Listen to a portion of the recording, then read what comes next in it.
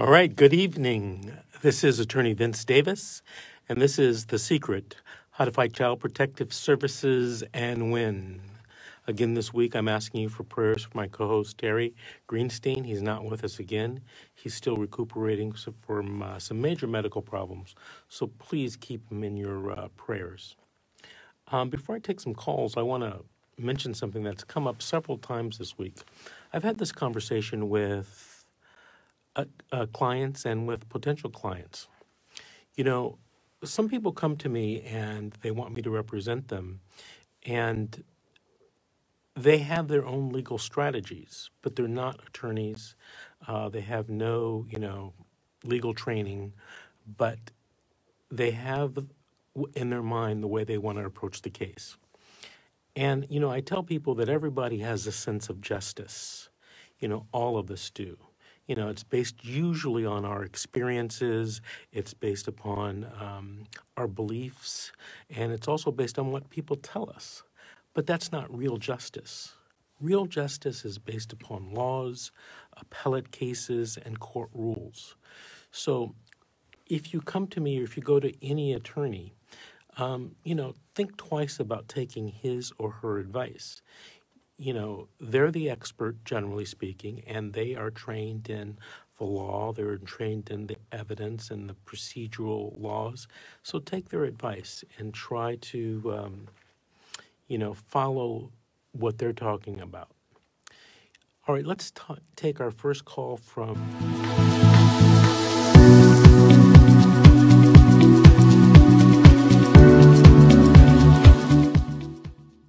Brianna in San Bernardino. Hey, Brianna. Hello. Hi, good evening. Good evening. Did you have a story to tell or a question to ask? A little bit of both. You see, I've been dealing with CPS for about almost going on 7 years now. Unfortunately, I actually completed my case plan years ago with my firstborn. I have 5 children now. I actually have a newborn. He's not so much a newborn. He's actually 4 months. So I completed my case plan years ago, right? And I did everything. I got my certificates. I did the whole shebang, okay? I went to the meetings and went to the groups and did everything on time. Anyways, long story short, they ended up adopting out my firstborn. Now, because of that, I'm pretty sure you're familiar with TPR.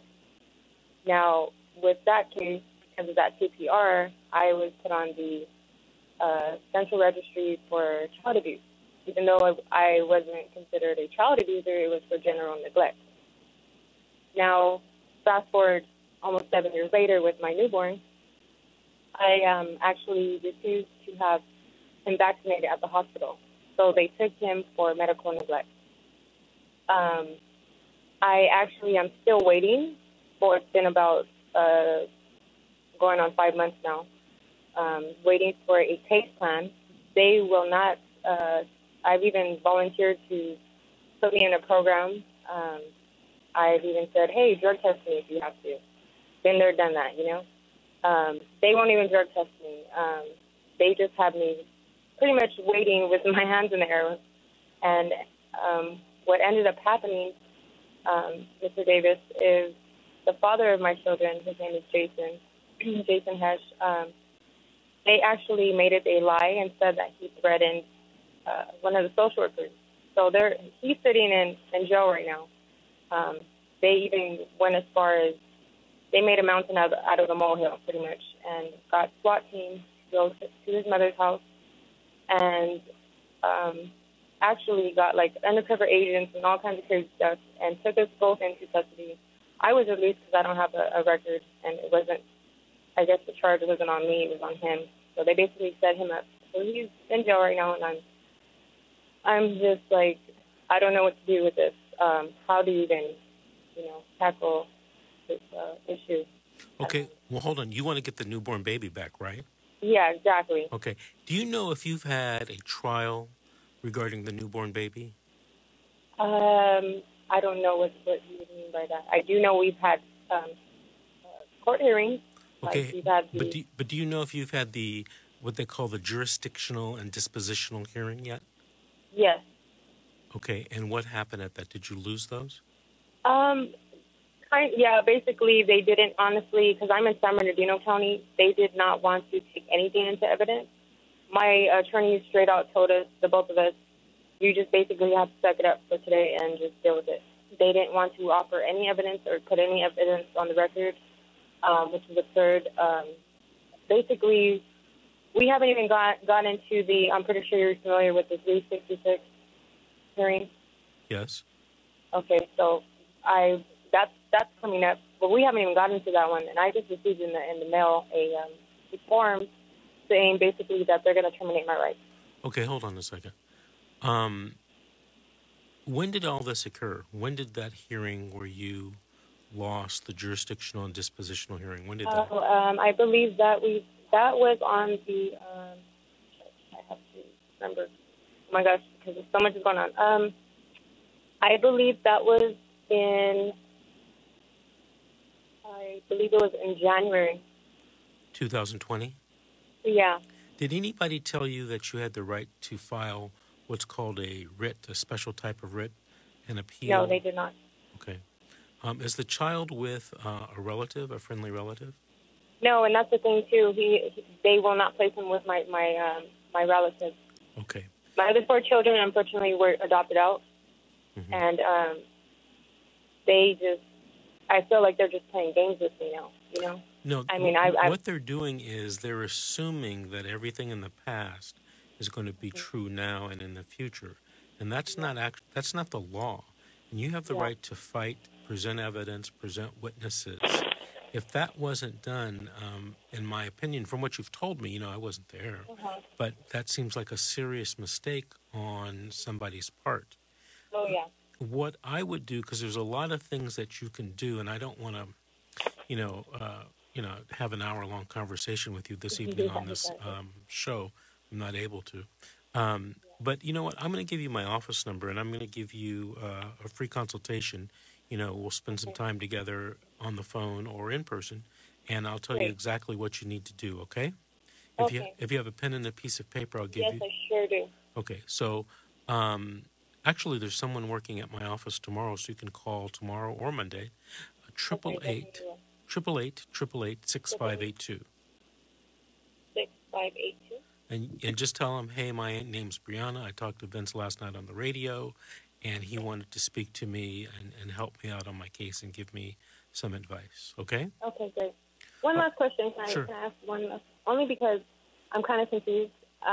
The penal code that they used to take my son to remove him with a warrant affidavit is actually the same warrant and same penal code used to take my fiance into custody, and that's penal code section 1524. And it's regarding something about a felony offense or something like that. I don't know if you're familiar with that code. No, I'm not familiar with that code offhand. I'm not really good at numbers, but you could Google penal code, whatever you said, 1524, whatever it was, and it'll come up and you can read it. By the way, your fiance, who was the father of the baby, he's supposed to get reunification services. Did they order reunification services for him? Yes, for both of us. Yes, we both. Oh, we both have that. Oh, so they did give you reunification services for the newborn. Okay, very good. All right, we'll call tomorrow or Monday, and we'll talk in detail about what you can do to get this child back in your family or back in your custody, okay? Thank you so much. Thank you, and thank you for calling in, and keep listening. Have a good night. Good night. I don't know if I have enough time to take another call. Okay. We have a few minutes before the next commercial break, and instead of taking a call, I'm going to talk about a case that I did recently, and I think that this is going to impact a lot of people who have cases coming up in the juvenile dependency court. This case involved a physical abuse allegation against a mother, and we went to the first hearing. They had detained the 3 children from both the mother and the father. I represented the father. He had the best chance of getting the children back, and he did get the children back into his custody. The most important thing that happened that day at that hearing was and this is a bad word, but the selection of the judge. Now, sometimes you're assigned to a judge and, you don't have anything that you can do about it. But if it's the first part of the case, you have the right to have a hearing in front of, if you don't like that judge, you can, what they call, paper them pursuant to CCP, California Code of Civil Procedure 170.6, and you have the right to get another judge. Now, you don't get to pick that judge. It's assigned randomly. But in this particular case, the judge signed the order to detain the child, and then we were going to do the detention hearing in front of that judge. And I figured, and I listened to a couple of cases in that judge's courtroom, and I figured that we might be better off picking another judge. And it was a random, type of thing, and we were luckily assigned to another judge who I thought, might look at this case a little differently. And lucky for us, the judge did look at it differently. Now, the reason I'm bringing this up, because a lot of people go to court the first time and say, hey, let me see what happens at this court. And if things don't go well, I'm going to go out and get, a private attorney. The problem is at this first hearing, a lot of important things happen, and people don't know it. And when they come to me after the first court hearing, they say, hey, can you fix that? Or I didn't know that, or nobody told me that. And, one of the things I first learned in law school, in my very first year of law school, that under our form of justice, ignorance is no excuse. I know that's very harsh, but that's English common law, and we're an English common law state. So, think about what you're going to do at the first court hearing. I have a lot of videos on YouTube. Look at those videos and try to get some information about what you should do, what you should not do at the first court hearing. Okay, I'm being signaled with time to take our second break. This is The Secret, How to Fight Child Protective Services and Win.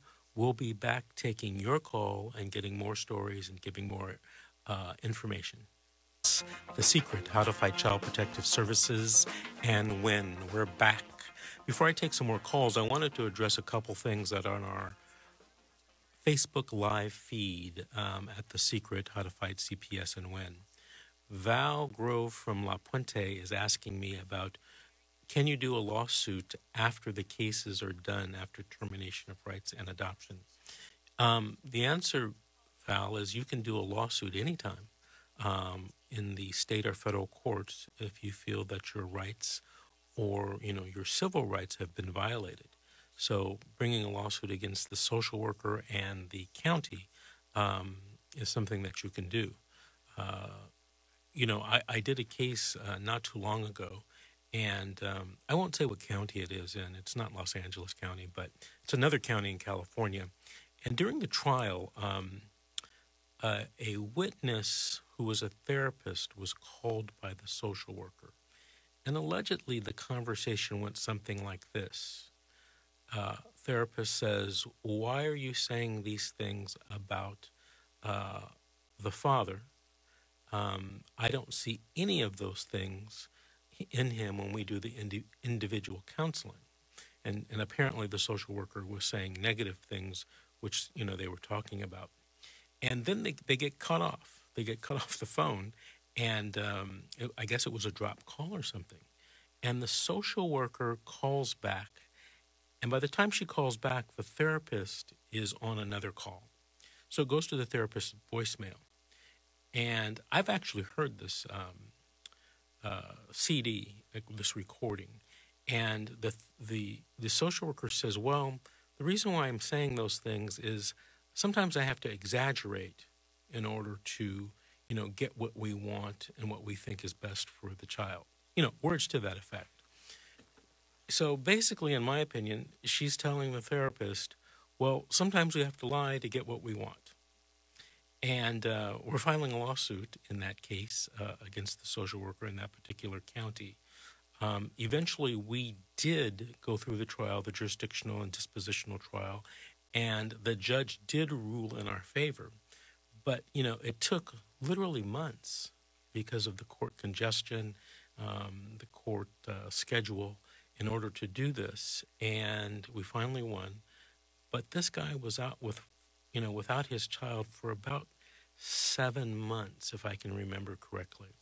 So you can bring lawsuits. Generally, lawsuits, Val, are where the social worker has not been truthful in her reports or in her testimony, or when the child gets hurt, or when the social worker does something that might be illegal. For example, we had another lawsuit where the social worker was sexually harassing the mother in the case, and there was some, I don't want to misquote it, but basically, if you do what I say, if you have a relationship with me, a physical relationship with me, it'll be easier for you to get the child back, or I won't take the child, that type of thing. So, these social workers are human beings. And, everyone, even, we human beings, we do strange things sometimes. And, social workers have some type of qualified immunity. And sometimes they think they can't be sued, and they do, crazy stuff. All right, let's take another call right now. Let's talk to Sandy from Santa Monica. Hello there. Hi. Did you have a story to tell or question to ask? I am right here. Can you hear me okay? Loud and clear. Good. So I heard what you said about the judge and possibly being able to request one. Now, I'm a grandmother, and I just filed a 388 petition, and I was denied.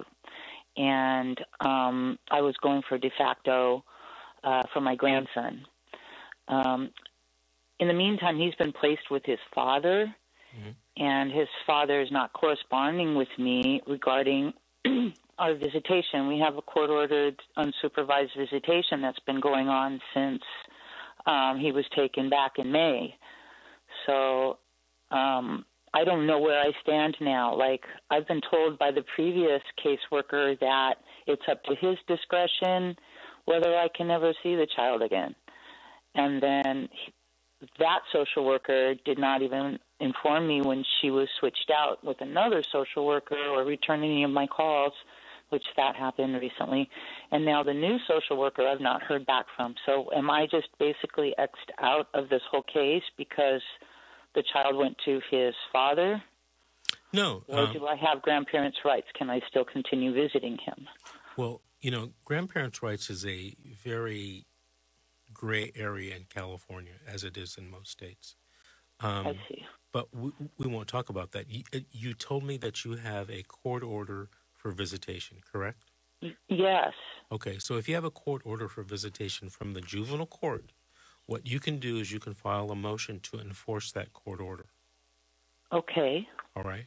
Now, Sandy, I don't know if you have any legal experience or legal training, but, I can say that easy. File a motion, to enforce your court order. But that's kind of complicated, and, on a scale of 1 to 10, 10 being the most difficult, that might be a 5 or 6. Okay. So you should definitely call and try to find someone, a lawyer, that can help you do that. Okay. I'll look a little further into that. But in the meantime, do you know what form I would file? Would I be doing a 180 to change a court order along with another form to enforce a court order, or how would that go? How would I? Which form do you know? Yeah, in my opinion, you could use a JV 180, but it's not really what you want to use. You want to use an OSC, a motion for contempt against the father and or the social worker, although you didn't tell me that the social worker was not helping you follow the court order. But, there's not a form for that in juvenile dependency. I see. So, they have forms in juvenile dependency for many things, but not everything. Not that, okay. Yeah, so you would want to talk to a lawyer about filing, maybe he has a template or she has a template for an OSC rate contempt. I see. That's a tricky one. Okay. Right.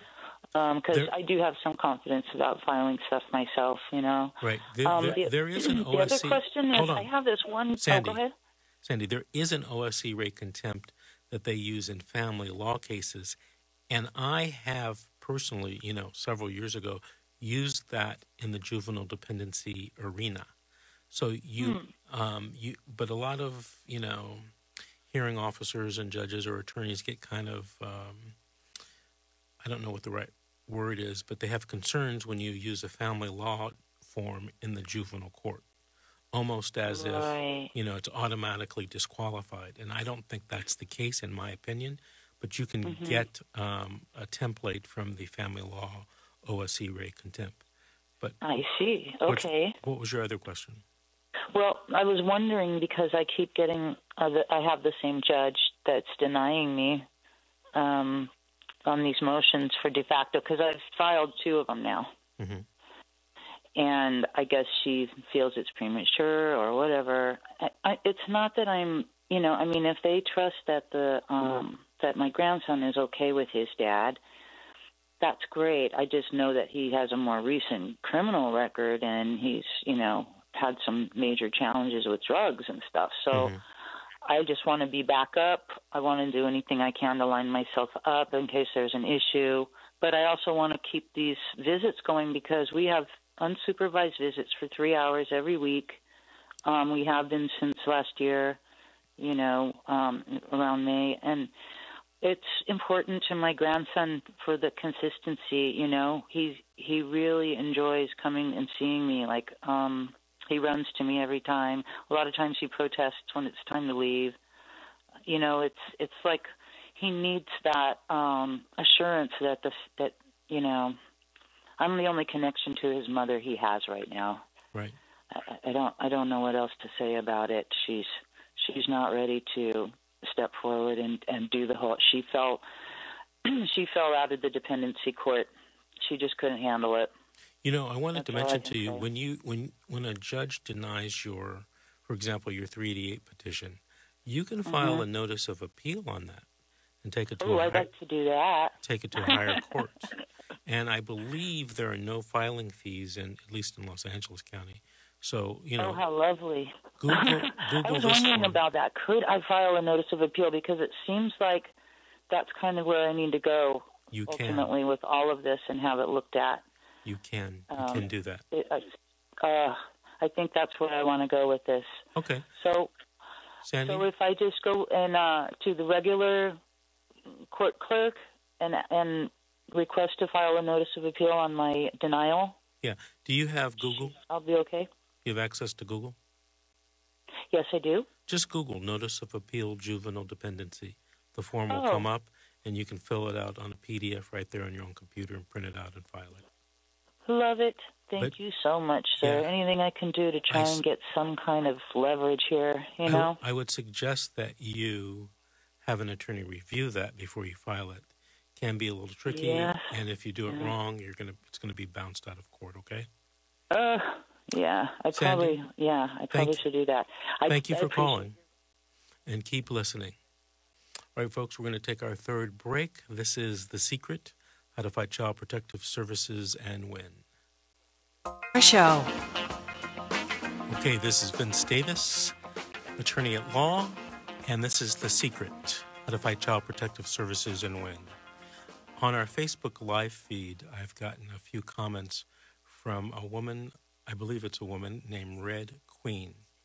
Red Queen, get a pencil and paper because I'm going to give you a number, and at 9:15 tonight, Pacific time, I want you to call me at this number.